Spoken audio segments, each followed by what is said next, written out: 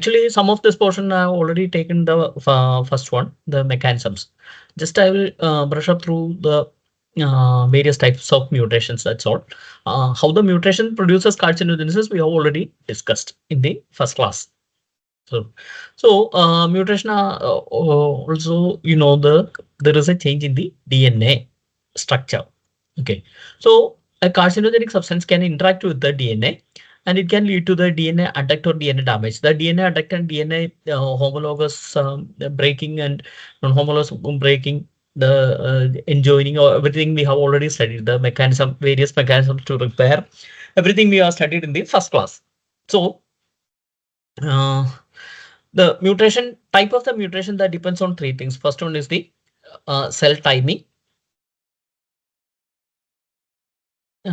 Cell timing. Second one is the attack formation, and the third one is the DNA repair responses. So the cell cycle timing, the various phases in the cell cycle that we have already discussed, the attack also we have already discussed, and the DNA repair responses also we have already covered. Now coming to the different types of mutation, first one is the point mutation. In point mutation,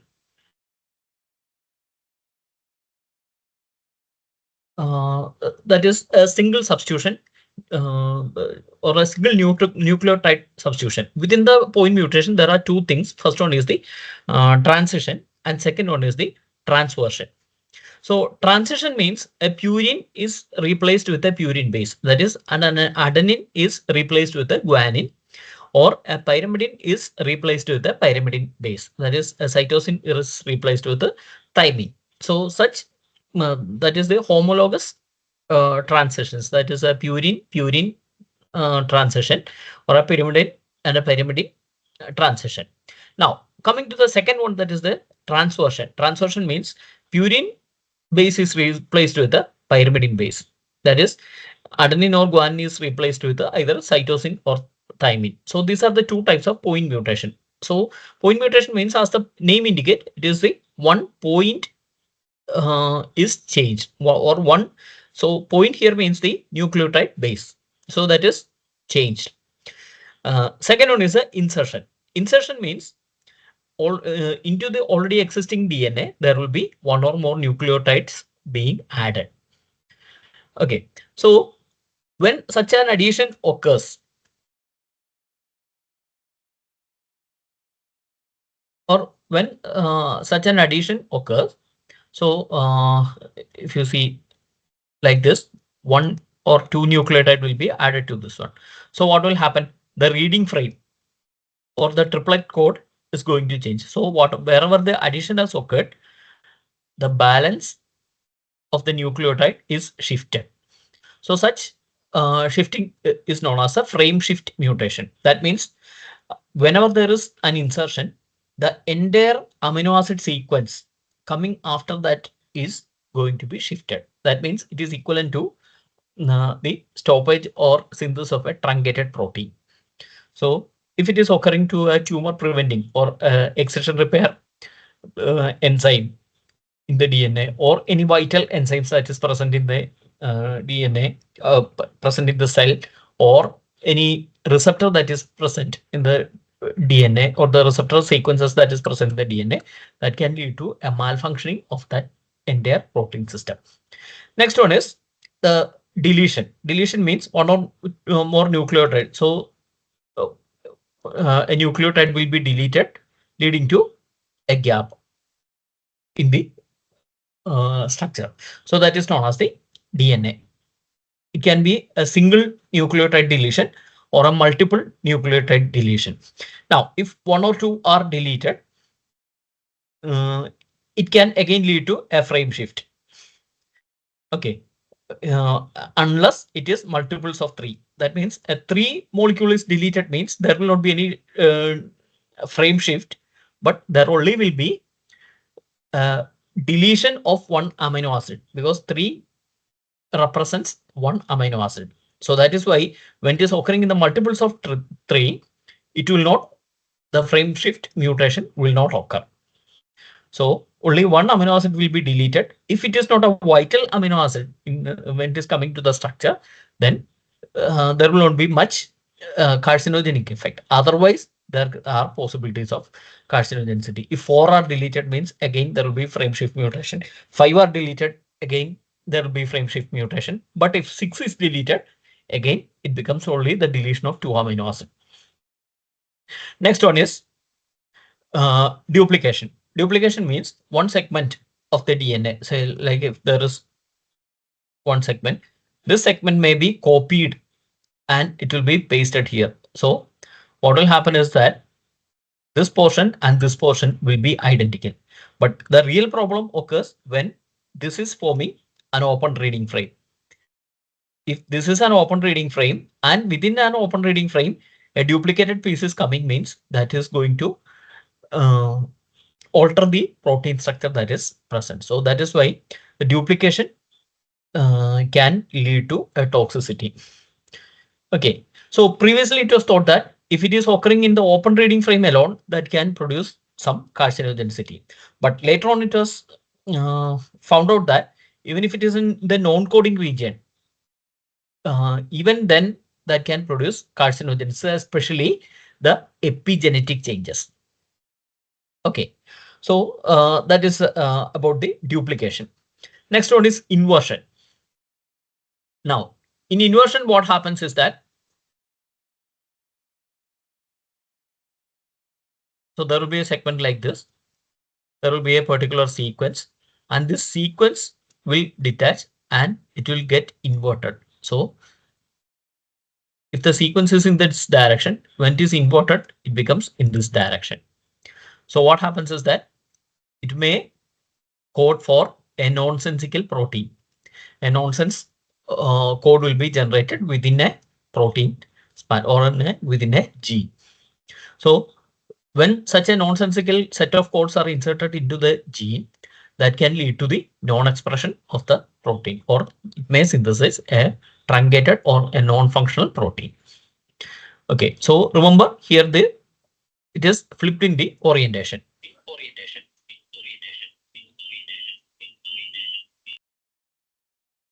Okay. The next one is frame shift mutation. Frame shift already we have seen. Generally, it is caused by the indels or insertion and deletion when they are two occurring simultaneously or independently.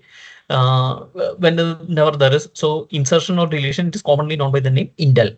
So it can lead to the indels or indels. We have already seen how the frame shift mutation occurs when the shifting or deletion or insertion is not in the range of 3.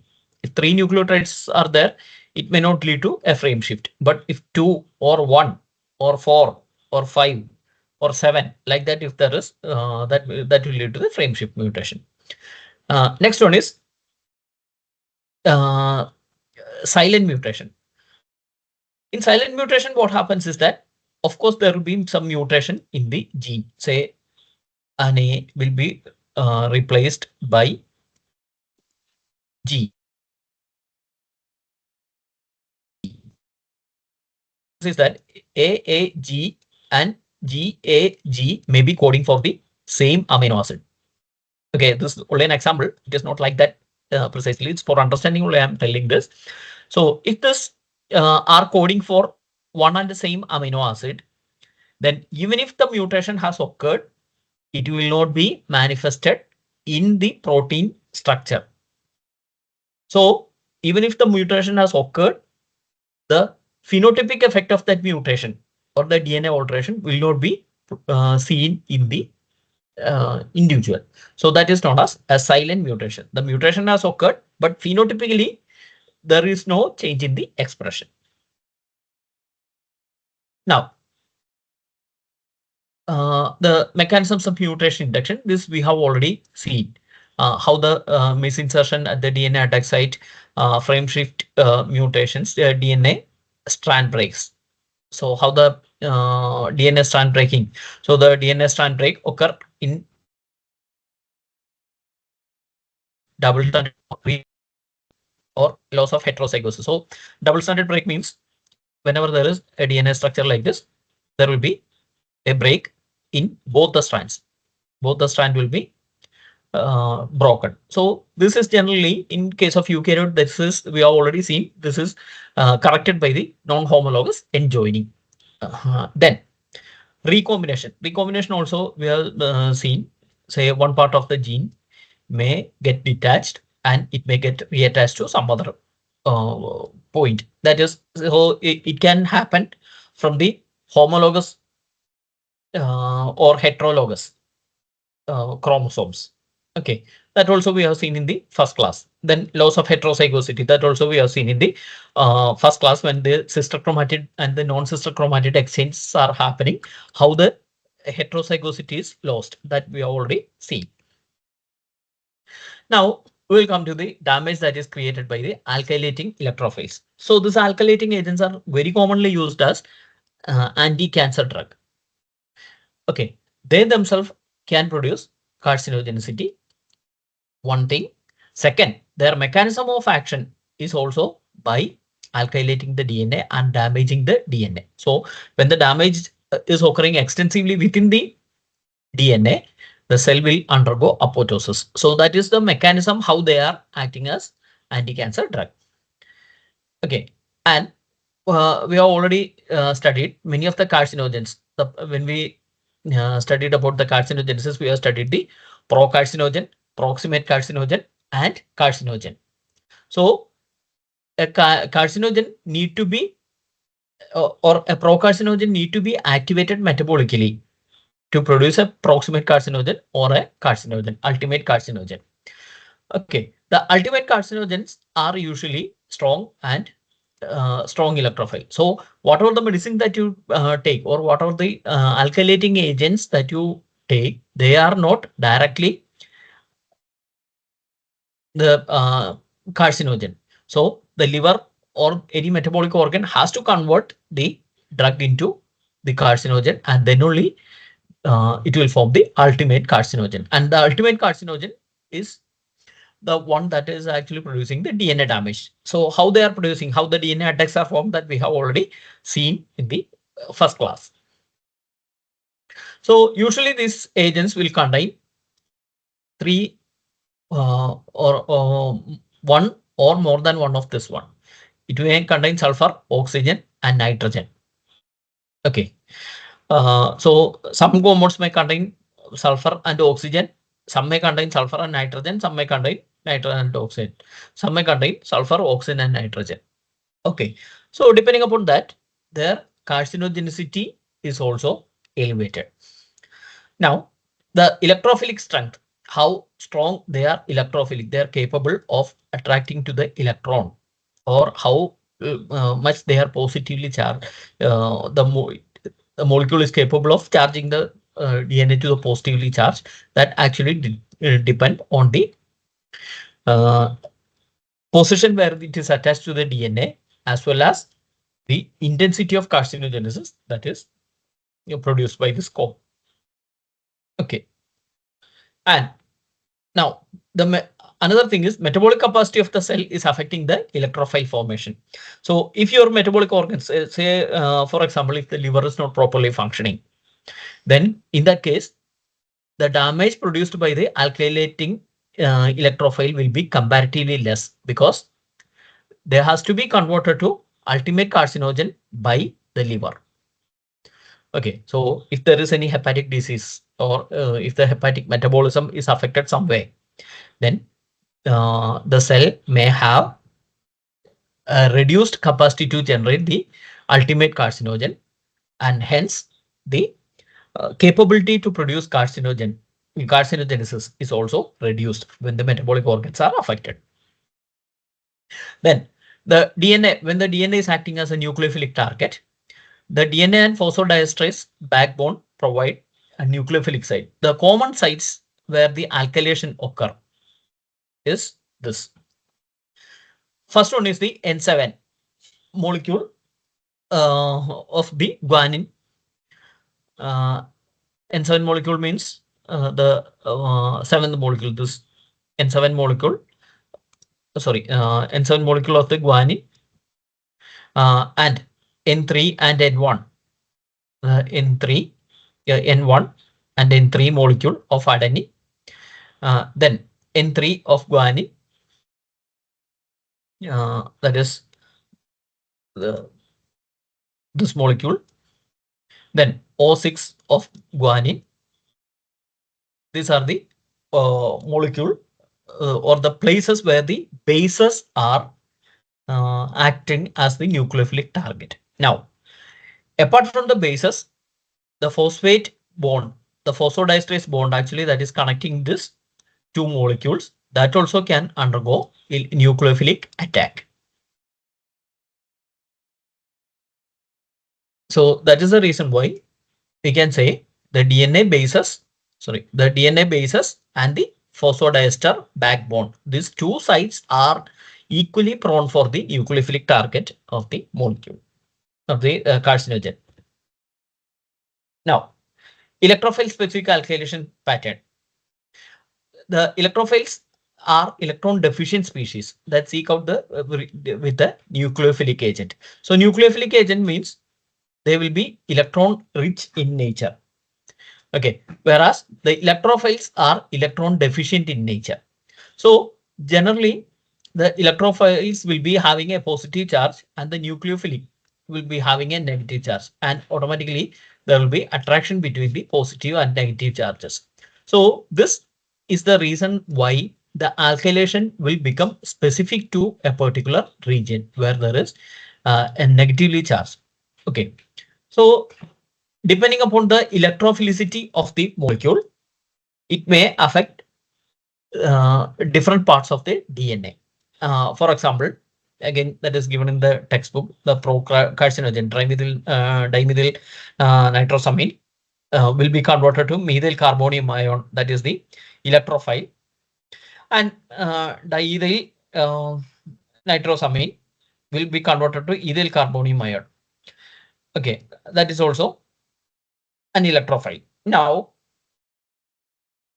even though the molecule may appear similar, that is the methyl carbonium ion and ethyl carbonium ion. Okay, the molecular structure is also somewhat similar, but the site where it is attacking the DNA will be different. For example, say at one point, the dimethyl nitrosamine may be attacking a point here, whereas the similar chemical compound may be attacking a totally different site. Why? Because it is a CH3 plus molecule, whereas this is a CH2 plus molecule. Even though both are electrophile, the charge profile is different. So since the charge profile is different, the places where it is attacking the DNA is also different.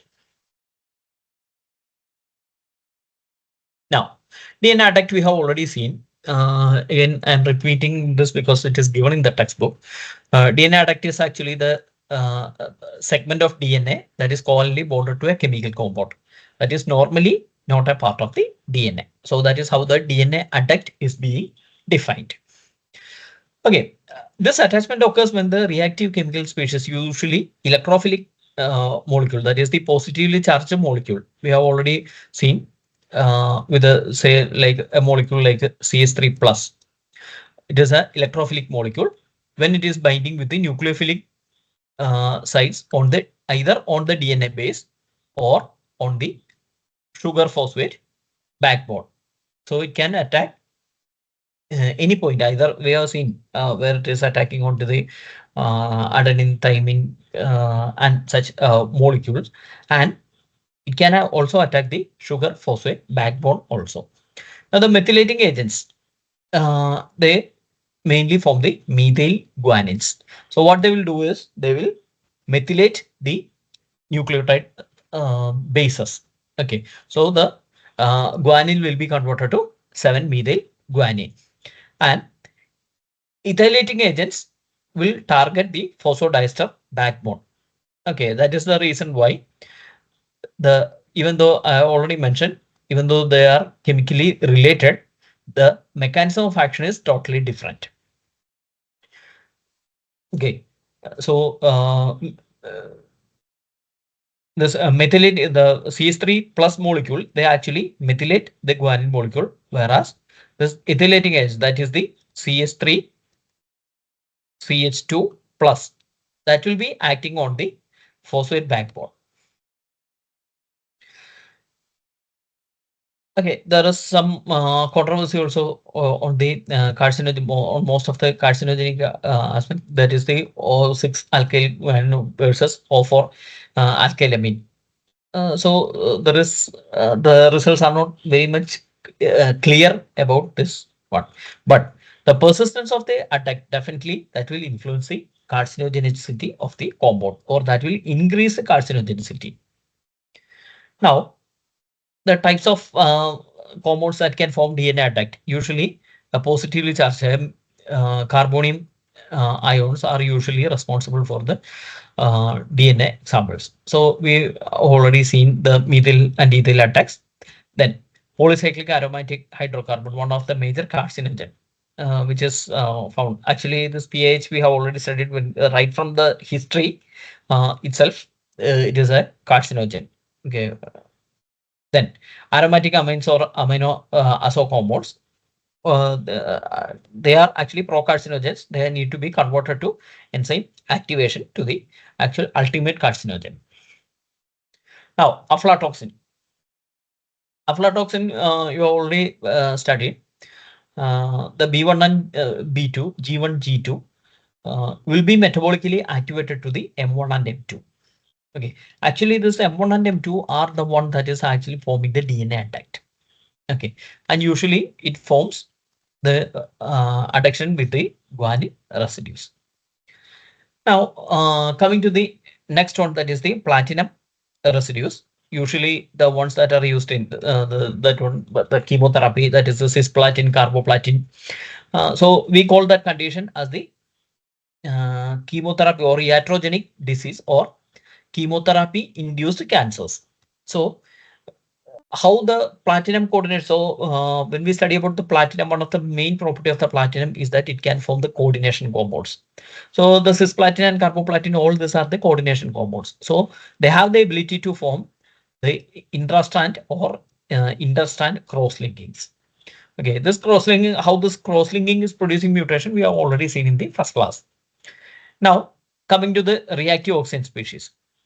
Okay, reactive oxygen species also, they will form bulky molecule because they are again negatively charged molecule. So they can have affinity with the positively charged part of the molecules. How they get the charge? How a positive charge is produced when an electronegative molecule like oxygen, sulfur, or nitrogen is present. It will pull the electron from the carbon when it is forming the covalent bond. So that will form a partial charge on the carbon or any other molecule, that is even hydrogen. If it is occurring in the hydrogen, we call that as a hydrogen bond. So it can happen with the carbon also, but comparatively rare incidents with the carbon. Mostly it occurs with the hydrogen. So wherever the hydrogen is present, the reactive oxygen ROS can form adduct with that partially charged oxygen. Okay, and this ROS is usually produced by inflammation, radiation, or metabolism. This is one of the major reason for the toxicity by the ionizing and non-ionizing radiation, especially the ionizing radiations. So the ionizing radiations, they generate a lot of reactive oxygen species in a very quick or a very low time. So that can lead to generation of a lot of ROS, which is responsible for the mutation. Okay, there's reactive oxygen intermediate. So apart from that, the radiation, if it is strong enough, it can produce breaks also, breaks in the DNA strands also. That is the second mechanism. Okay, if it is a low dose radiation, which is incapable of splitting the DNA molecule, or when the double stranded or single stranded breaks are not formed, then the reason why the radiation produces carcinogenesis is by the formation of the reactive oxygen species. Okay. Now, next one is epoxide. Again, one of the most carcinogenic compound, but epoxides are usually generated within the body. So, for example, even in case of aflatoxin also, aflatoxin produces epoxides. Then the carcinogenic toxins that are present in the bracken fern. All this produces epoxide when it is metabolized. So epoxidation is one of the pathway, that is the phase 1 pathway in the metabolism of the drug. So this epoxide, if it is formed and if it is not properly deactivated by the phase 2 metabolism quickly, this epoxide can circulate in the cell, in the body, and that can bind with the DNA to produce carcinogenesis. Now the oxidative damage. First one is the hydroxylation of the DNA bases is another form of the damage. So when we study about the phase 1 metabolism, we study the oxidation, reduction, and hydrolysis. So in the oxidation, the first type of oxidation is hydroxylation. So what happens in hydroxylation is that an H molecule will be converted to an OH molecule. So that is why the reaction is known as the hydroxylation. So what happens is that hydroxide is a highly reactive molecule. Okay, so that can bind with the DNA structure to produce an oxidative adduct. So the endogenous free radicals that is produced by the mitochondrial respiration. So the mitochondria is the organelle that is present in the cell which is requiring the free radical. Okay, free radical is not a bad thing. Free radical is required for the functioning of the ATP synthase enzyme. So only in presence of free radical or the mitochondrial membrane potential is maintained. This mitochondrial membrane potential is maintained. One of the reasons how the mitochondrial membrane potential is maintained is by the generation of the endogenous free radicals within the mitochondria. The presence of mutation is not sufficient to say that there will be carcinogenesis. Or in other sense, you can say if the mutation has occurred, that doesn't mean the cancer will occur to the cell, because when there is mutation, it is a first stage, that is a initiation. Okay, now it has to undergo for the clonal selection, propagation, and then it has to develop into a fully formed cancer. So when the mutation has occurred, what happens is that the DNA, there are repair mechanisms that we have already discussed. One is the DNA polymerase. The DNA polymerase is the one that is error checking while replication of the DNA. So when the next replication has occurred, what will happen is that the DNA polymerase may stop at the point where the mutation has occurred, detecting that there is some serious defect in the DNA. So that is known as stalling. It may stall at the adduct, and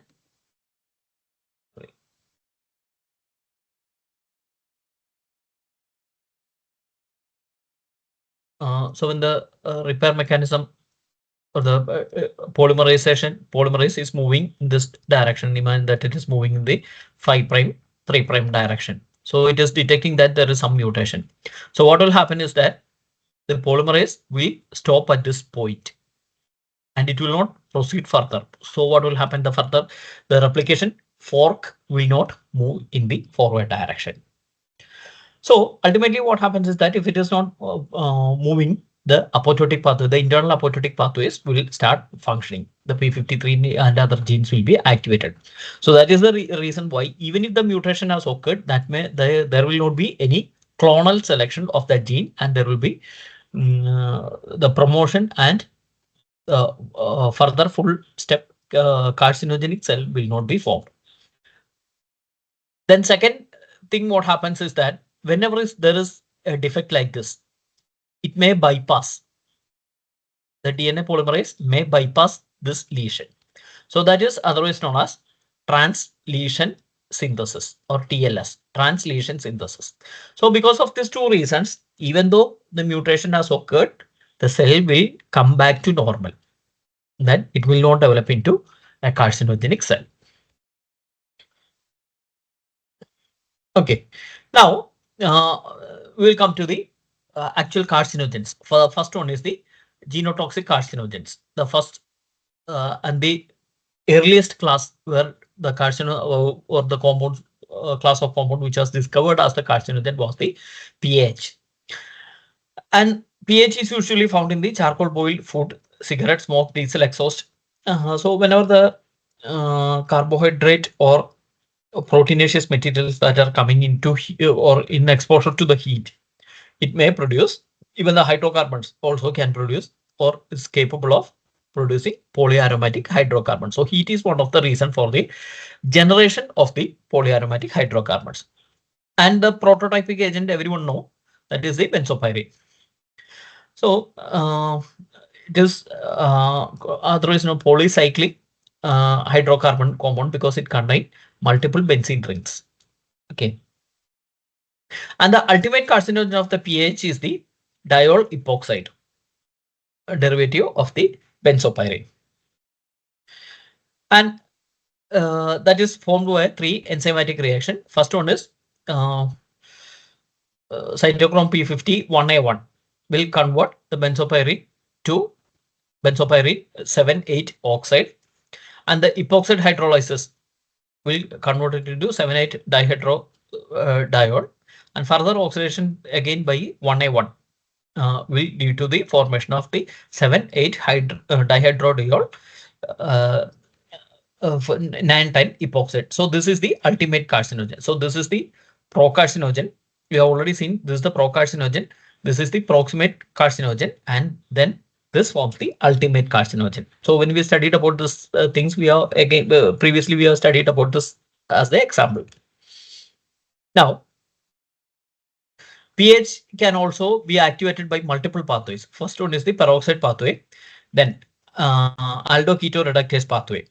So the AKR pathway or the aldoketo reductase pathway is much more implicated in case of human, especially the exposure to coal burning smoke that has occurred in the China, which has led to the or paved the path for the discovery of the AKR pathway or aldoketo reductase pathway.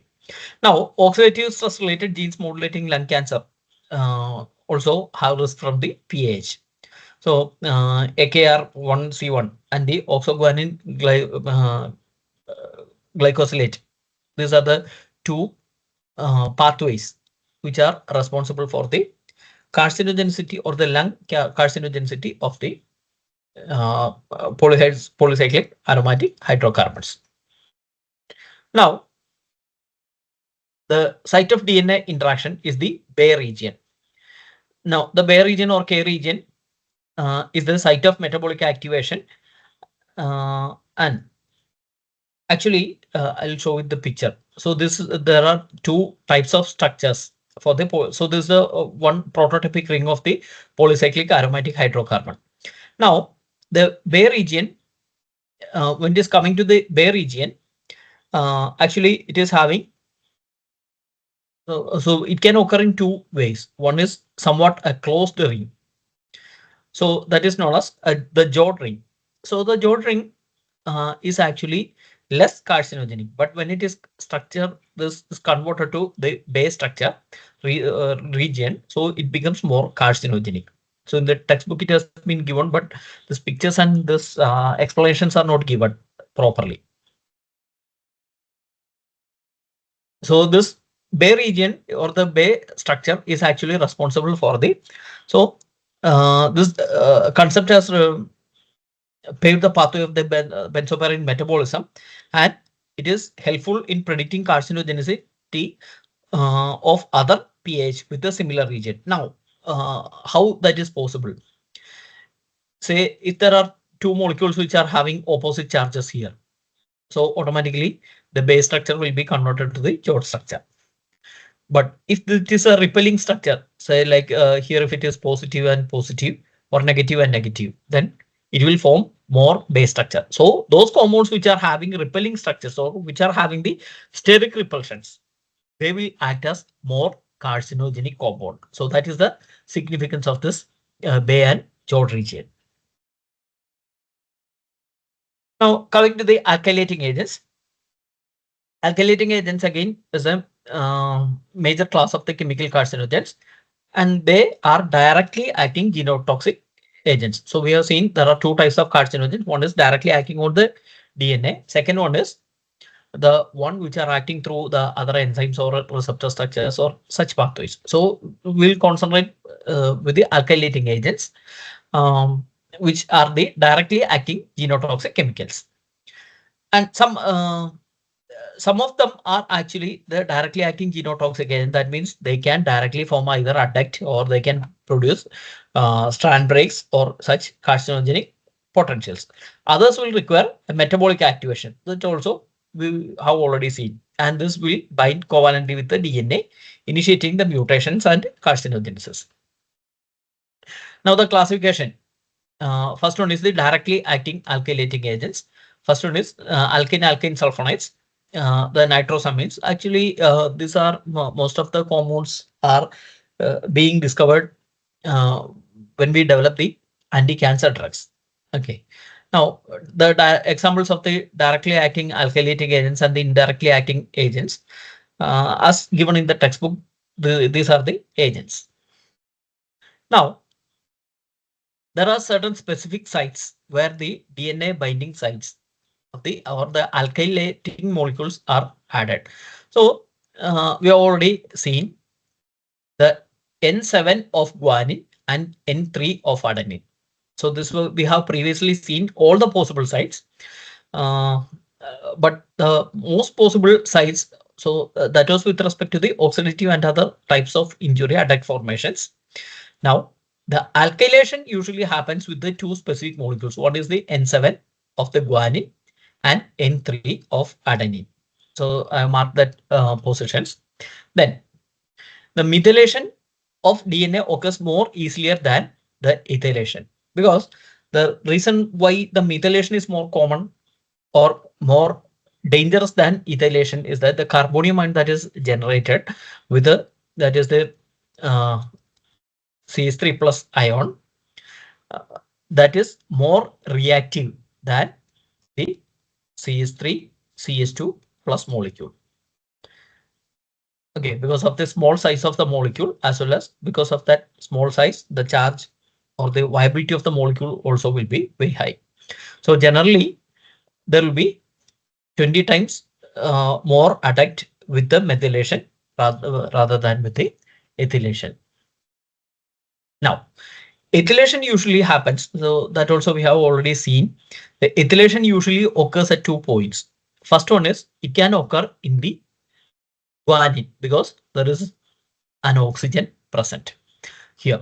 Now, when we studied about ethylation previously, we have seen that it usually occurs in the DNA or the phosphate bonds.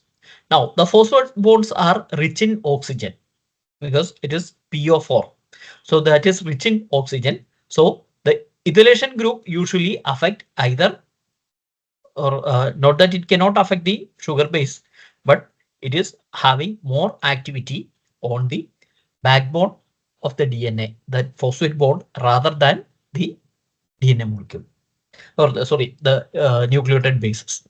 Okay, so again, this is very important regarding even the small changes in the molecule can lead to a totally different mechanism of carcinogenesis. Now, the other alkylating agents include the nitrogen mustards. Nitrogen mustards are generally developed as a anti-cancer drug. They themselves are carcinogenic also.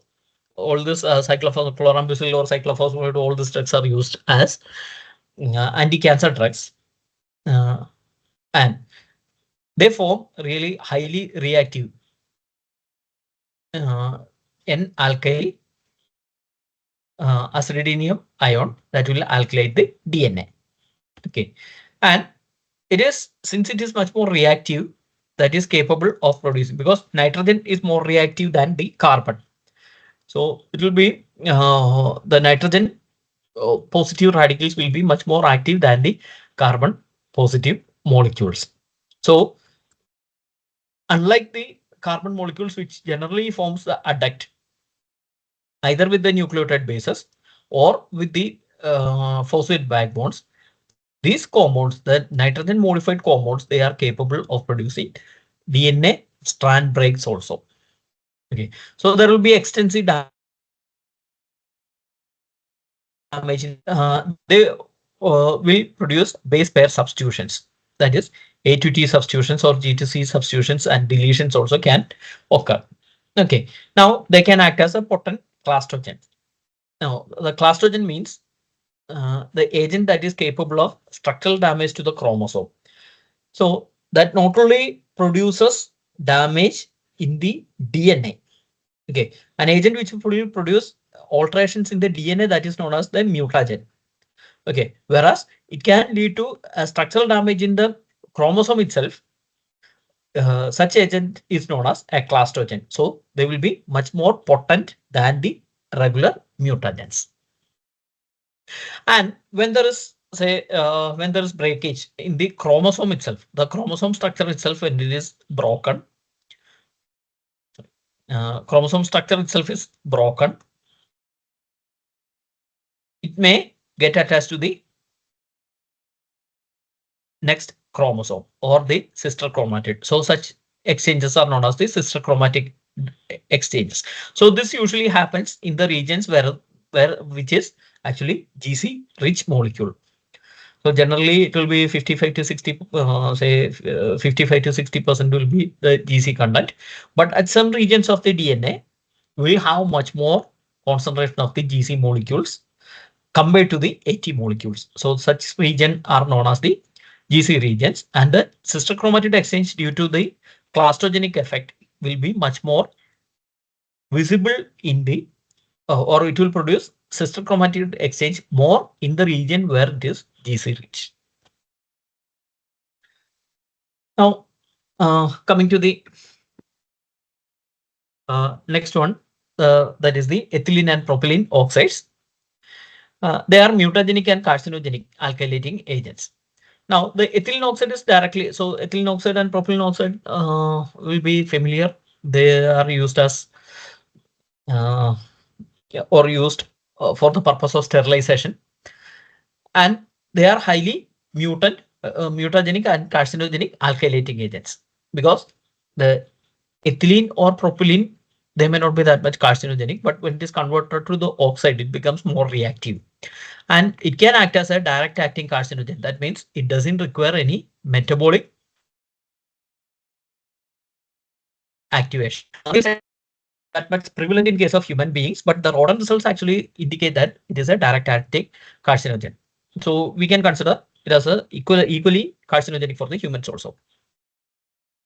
The ethylene oxide is mutagenic in vitro, producing chromosomal aberration and the sister chromatid exchange in the eukaryotic cell lines. So definitely in vivo also that can happen. Okay, and propylene oxide again is a mutagenic agent that can produce nasal tumors after inhalation exposure to the agents. Now, how they are acting is by alkylating the DNA at the N7 positions of the guanine. That forms the 7,2-hydroxyethyl guanine and 7,2-hydroxypropyl guanine adduct. So when this adducts are formed, it is not able to pair with the cytosine. So that is how it is producing toxicity. Okay, and this DNA adducts are formed in vitro as well as in vivo experimentations. Okay, and apart from the DNA changes, it can bind with the hemoglobin adduct, which is usually, so generally if it is binding with the hemoglobin, it is not that much toxic because the RBC doesn't contain any nucleus, so it is unable to produce any mutation or something in the RBC. But this is used as a biomarker for the exposure or the level of exposure for the ethylene and propylene glycol. So hemoglobin again is used as a biomarker in so many other cases. When we check the diabetes, the HbA1c is used as a or the adduct that is formed with the glucose and the hemoglobin. That is so that is known as the glycated hemoglobin. The glycated hemoglobin again is an indicator of the sugar status of the or the glucose status of the body. So likewise, the ethylene and propylene adducts are also capable or useful in providing information about the exposure status to the ethylene and propylene glycol. Then the next one is vinyl chloride, which is again known as a non-rodent and human carcinogen. It can produce angiosarcomas in liver, hepatocellular carcinoma, and so many other tumors, hematopoietic tumors, everything. And there is a evidence limiting the vinyl chloride to the brain tumors. Okay, it is proposed, such a theory is proposed, but conclusively it has not been proven. Now, the cytochrome P450 convert the vinyl chloride to chloroethylene oxide and chloroacetyldehyde, both of which are capable of alkylating the DNA. So that is the mechanism by which the vinyl chloride produces mutagenicity and probably the carcinogenicity also. Okay, this oxides, the alkyl oxides, the chloroethylene oxide and the chloroacetyldehyde, even that is capable. Again, aldehyde group is also, most of the compounds in the aldehyde group are carcinogenic. If you take the case of formalin, the formaldehyde, glutaraldehyde, all these compounds are generally carcinogenic. Even the plant-based aldehyde products, even when they are used at a very high concentration, they are carcinogenic. And these compounds, the chloroethylene oxide and the chloroacetyldehyde, they will combine with the DNA to produce 7,2-oxomethyl guanine, then 2,3-ethanoguanine, and the 3N4-ethanocytosine and 1N6-ethanoadenine.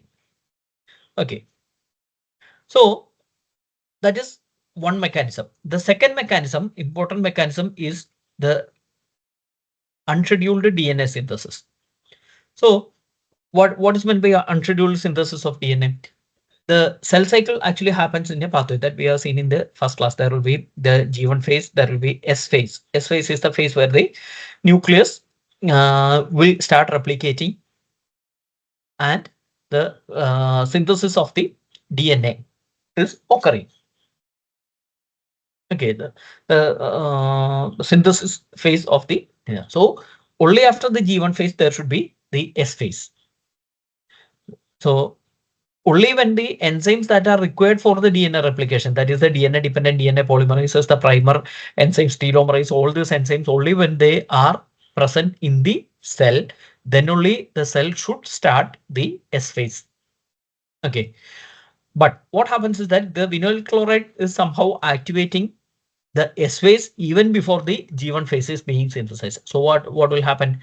The error checking mechanism will be inhibited. The telomerase synthesis will be inhibited. So one of the reason why the cell will undergo immortalized multiplication. That is one of the characteristic thing in case of the cancer.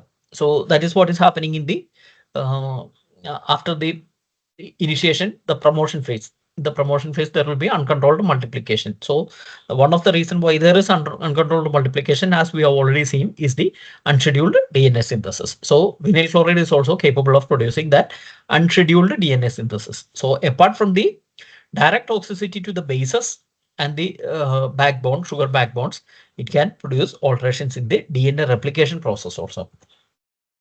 Now coming to the aromatic amines, the aniline, azodides, and naphthylamine, benzidine, all these industrial chemicals are related to the human carcinogenic risk, and the exposure can occur in the dye industry, cigarette smoking, environmental. So you can just read through that one. So we'll be more concentrating on the mechanism. The next one is HCS and the pH are formed during high temperature cooking that I have already mentioned. The temperature associated with the this compound are responsible for the formation of such carcinogenic compounds.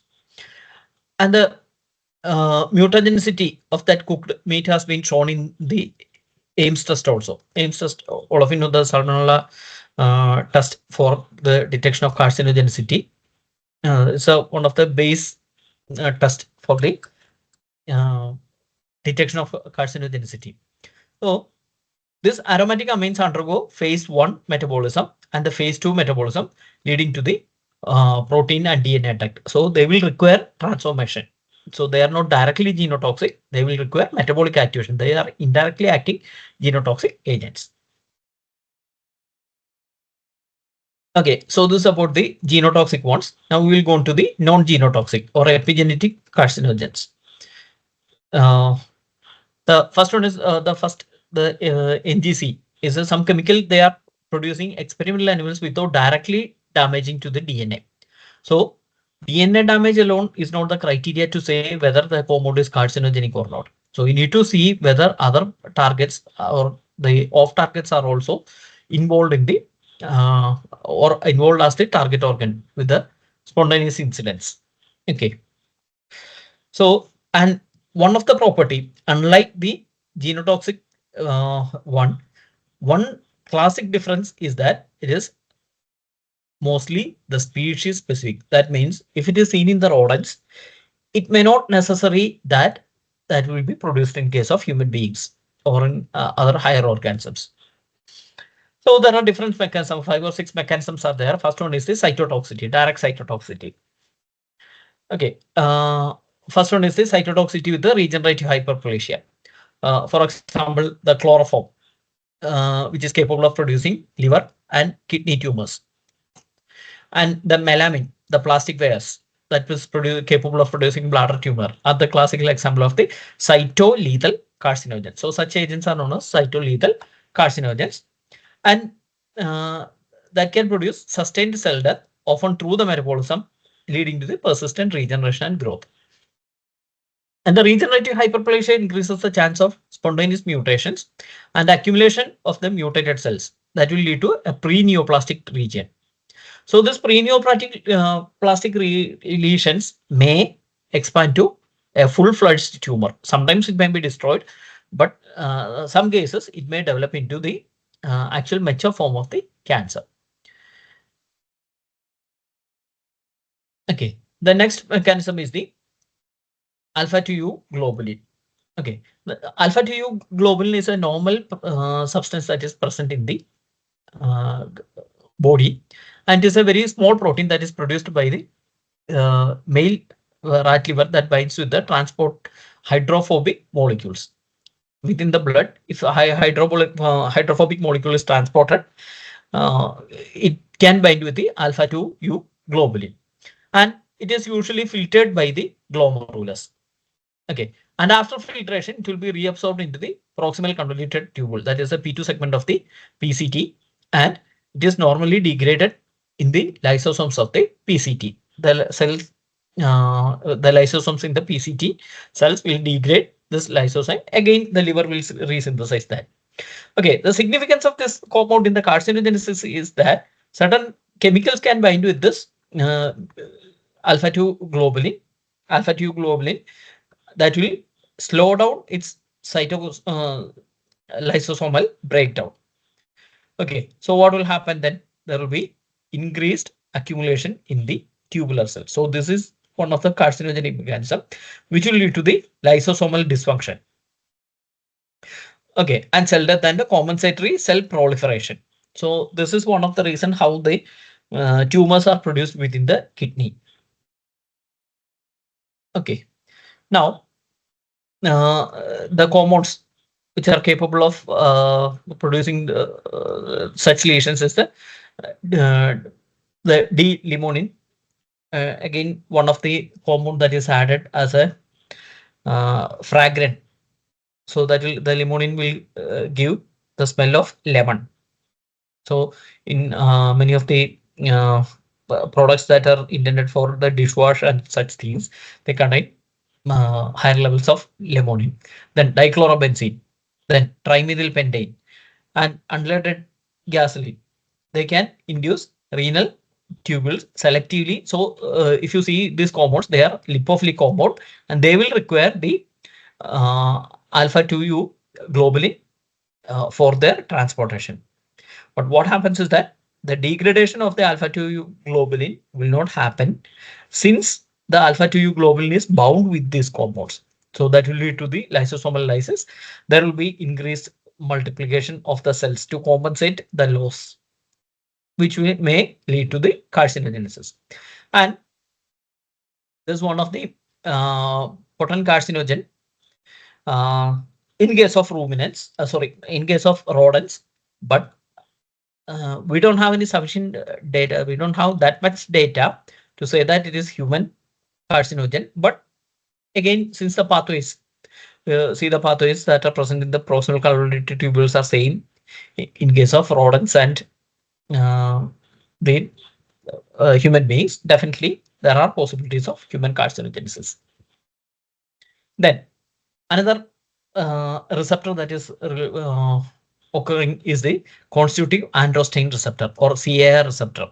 So CAR receptor is a nuclear receptor, means that receptor will be usually seen in the nucleus, within the nuclear membrane, which is the major function of the enzyme or the CAR receptor or the CAR is the xenobiotic metabolism, including the cytochrome P450 enzyme.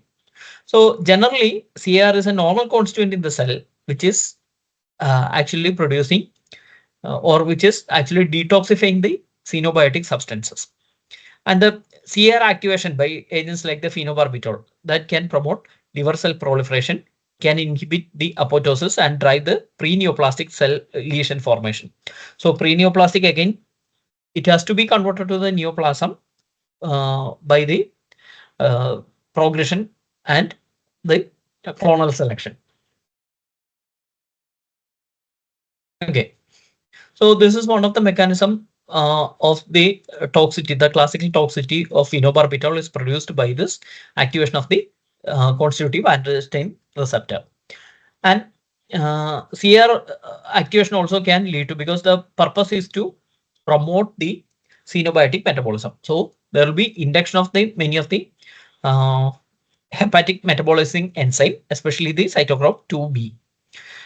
And there will be proliferation of the liver cells, hypertrophy, inhibition of apoptosis, gap junction disruption, and the pre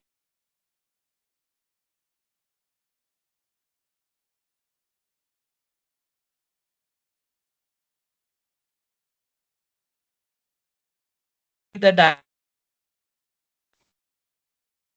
phenobarbital inhibit the EGFR signaling, enabling the CAR nuclear transmission. So in the nucleus, we'll see the mechanism.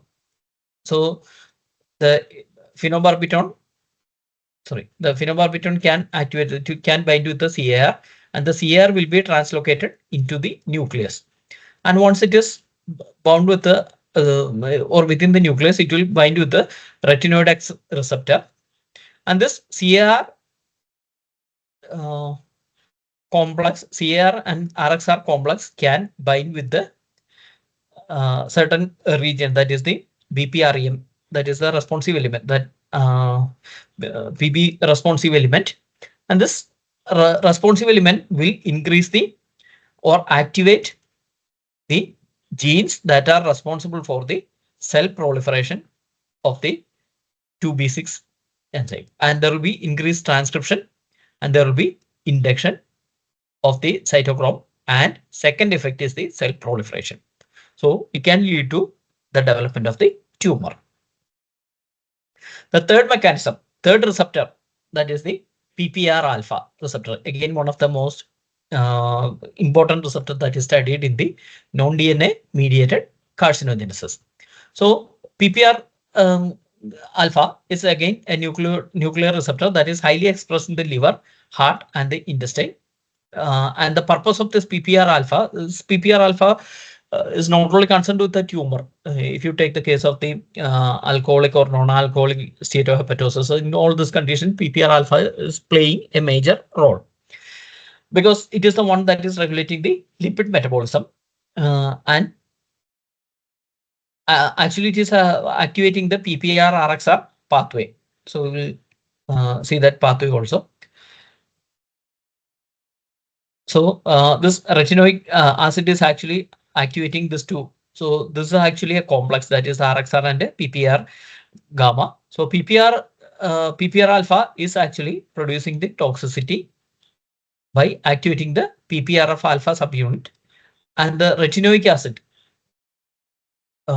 is activating the RXR receptor, that is the retinoid X receptor, and together it will activate the PPR responsive element that will lead to the enzyme induction, peroxisome proliferation, and the altered lipid metabolism, increased DNA synthesis, and the tumor production. So this is the mechanism how the PPR alpha is producing the carcinogenesis. Next one is AHR receptor. So AHR is a cytosolic receptor. When we see take the case of the other receptors, it is a nuclear receptor. So AHR is a cytosolic receptor, and upon binding with the ligands like the TCDD or the polychlorinated biphenyls, it will translocate into the nucleus. Okay, in the nucleus, it will bind with the ARNT. Okay, see that pathway. The AHR ligands will bind with the AHR receptor again, which is associated with the three chaperones. One is the AEP. Sorry. One is the AEP, then HSP.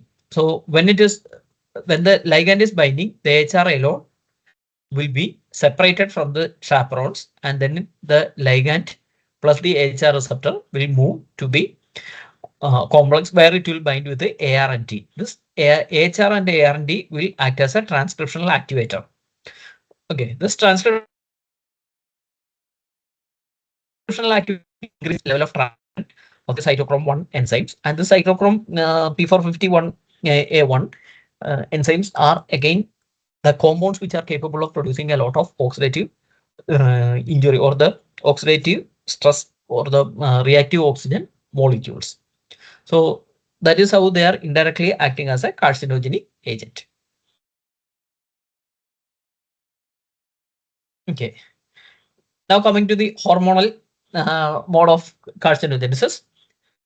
In the hormonal mode of carcinogenesis, two important things are the ovarian tumors as well as the thyroid tumors. Okay. In case of ovarian tumor, there are two mechanisms, or the estrogen mediated or the estrogenic compounds. That is compounds like the diethyl silvestrol or synthetic estrogens or phytoestrogens. What they will do is but it will bind with the estrogen receptors in the estrogen responsive tissue.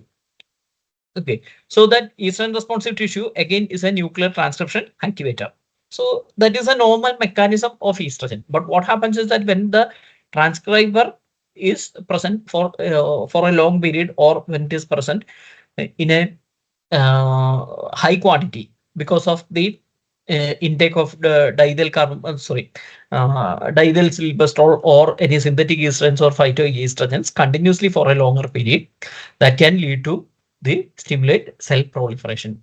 And remember that unlike the other cases where the tumor can occur in any cells, especially any metabolic activating cells, these cells, because the estrogen responsive cells are very limited, it may be present or it may be more active in case of female reproductive system, or it is more associated with the predominantly it will be in the breast tissue, ovarian tissue, and such tissue. So the tumor that is produced will be very, very specific to such organs, the reproductive cells, either in case of males or in case of females. Then the compounds like the nitrofurantoin or dopamine exposure that can lead to the ovarian atrophy, which will lead to the decreased estrogen production. So previously there was increased estrogen production, and whenever there is decreased estrogen production, what happens is that it will activate the hypothalamo-hypophyseal gonadal system, which will lead to the increased secretion of LH, and there will be persistent stimulation of the ovary. So that can lead to the ovarian tumor development when it is continuously stimulated for a longer duration. The next one is the thyroid hormone. Then what happens is in case of thyroid hormone reduction, the T4 and T3, there will be increase in the thyroid stimulating hormone. So this is the normal picture that you see in case of hypothyroidism. And the TSH actually, when it is elevated, that will stimulate the thyroid cell proliferation. And the chronic THS elevation can lead to the follicular cell. The thyroid follicle cells will undergo hypertrophy, hyperplasia, and neoplasia. And that will produce metabolic enzyme inducers like the phenobarbital, which will increase the thyroid metabolism and lead to an increase in the TSH.